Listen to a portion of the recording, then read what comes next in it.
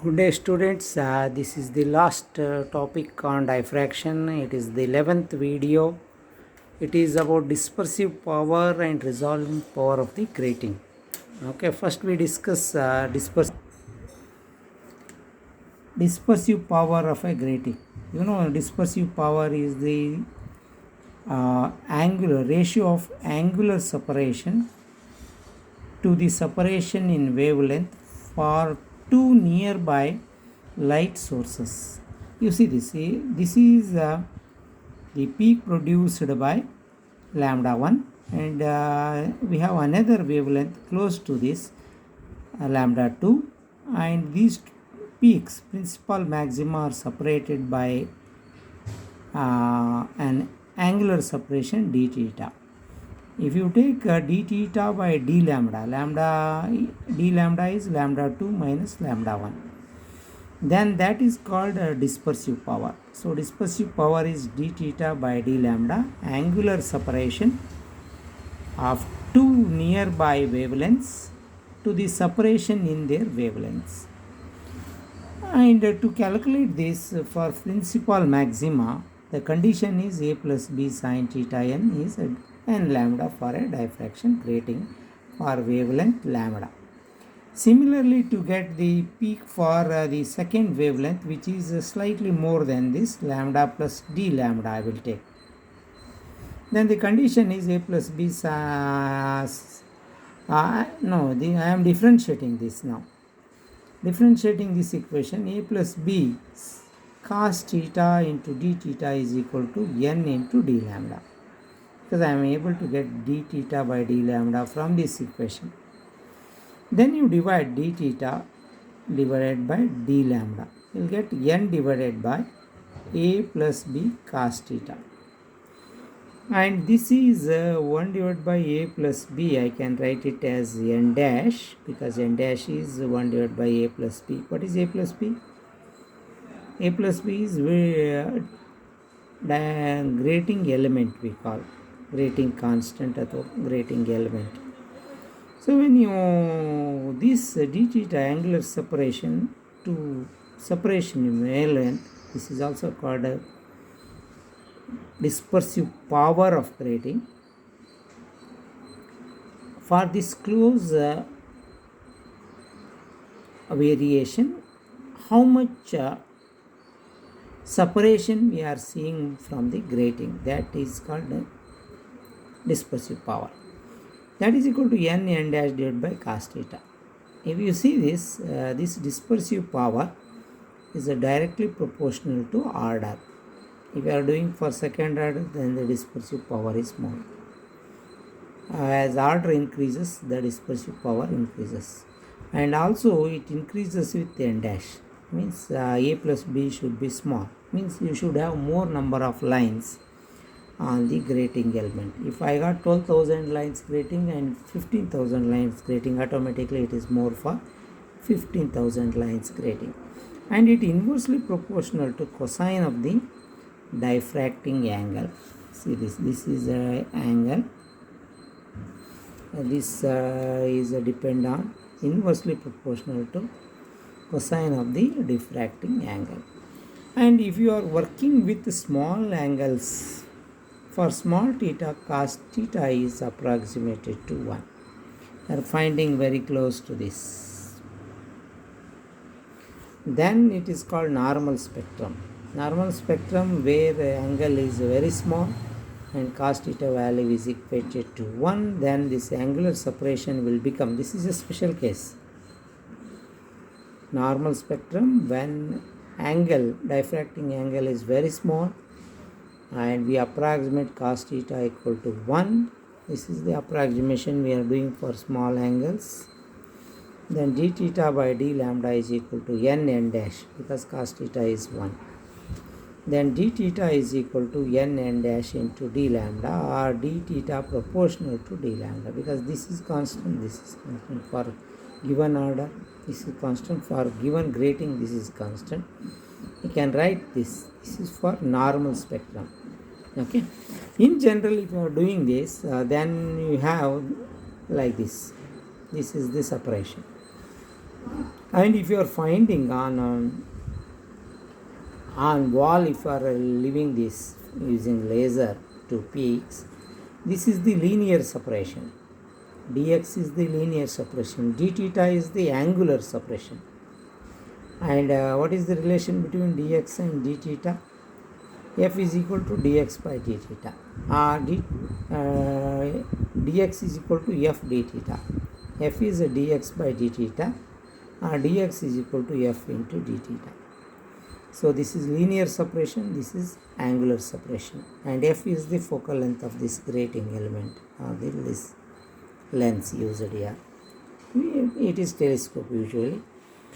Dx is linear separation, and if you write dx by d lambda, divide this by lambda. Again here also you have to divide it by lambda, f d theta by d lambda. And you know d theta by d lambda value. Substitute in this. Then dx is equal to, the linear separation can be obtained f into n dash d lambda divided by cos theta. This is to find linear separation. Okay, this is actually the expression for dispersive power. Even while doing prism also you will do dispersive power, the separation, angular separation to the change in the wavelength. Similarly, we have done this if in the grating. Okay, what important is how dispersive power changes with this. It inversely proportional to cosine of the diffracting angle. It increases with the order. It increases in the number of lines per grating element. This is about dispersive power of grating. And we come to resolving power of grating. Resolving power, you know, we have Rayleigh's criteria. When you have two nearby sources, you see this, when a car is coming far away from us, then you will see only one headlight. As it approaches slowly, we are seeing two headlights very close, then they go on separating. Then we can recognize it is a four-wheeler. It appears a far distance it is a two-wheeler. Then when the two headlights are separated, resolved we call. Separated means our eye is able to see them as two separate entities. The two nearby objects, when our eye is able to see them separate, then we say it is resolved. And we are writing resolving power for grating. And these are the two diffraction orders produced by lambda 1, and this is lambda 2. This is central maxima of lambda 1, and we got minima. And this is central maxima of second wavelength lambda 2. Right? The distance between two central maxima is x, and distance between central maxima and its first minima, you see this, is y. You are now seeing x and y. What is x? X is distance between two central maxima, peaks, and y is a distance between central maxima to its first minima. Okay. And what Rayleigh's criteria says, if x is equal to y, the two central maxima, these two diffraction spots produced are just resolved. We are able to see, our eye is able to see them just resolved.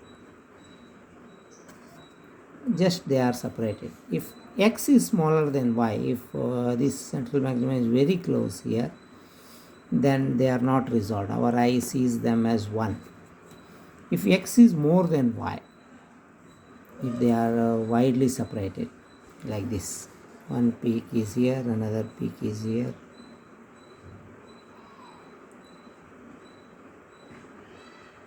this is y. If x is very greater, y x is greater than y2, well resolved. Our eye is able to see them as two separate entities. And for grating, you know, for nth principal maxima, a plus b sin theta n is equal to n lambda. This is for lambda.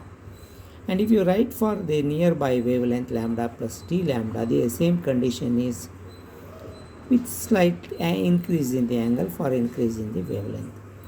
And for first minima, if you write for y, first minima, A plus b sine theta n, this increase in angle should be equal to n lambda plus lambda by n. We have seen that in grating. This is extra path difference makes it minimum. For just resolved this and this should be equal, because this is for x, this is for y, and we have to equate this. Then what we are going to get, n lambda d plus lambda is equal to this is equal to this. And now I am taking these two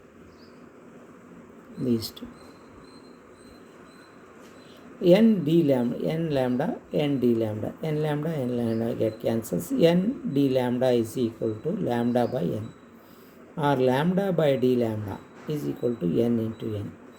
So lambda by d lambda is, this is the thing. This is called RP of grating, measures resolving power of grating. See this lambda, I will take the mean of them, and to slight difference in wavelength, that is equal to n into n. The RP of grating increases with order. When you go from first order to second order, automatically the resolving power is increases, and also it increases with the number of lines on the grating element. From 12,000, if you go to 15,000 lines, automatically resolving power of grating increases. This completes grating in specific and the total diffraction chapter in general.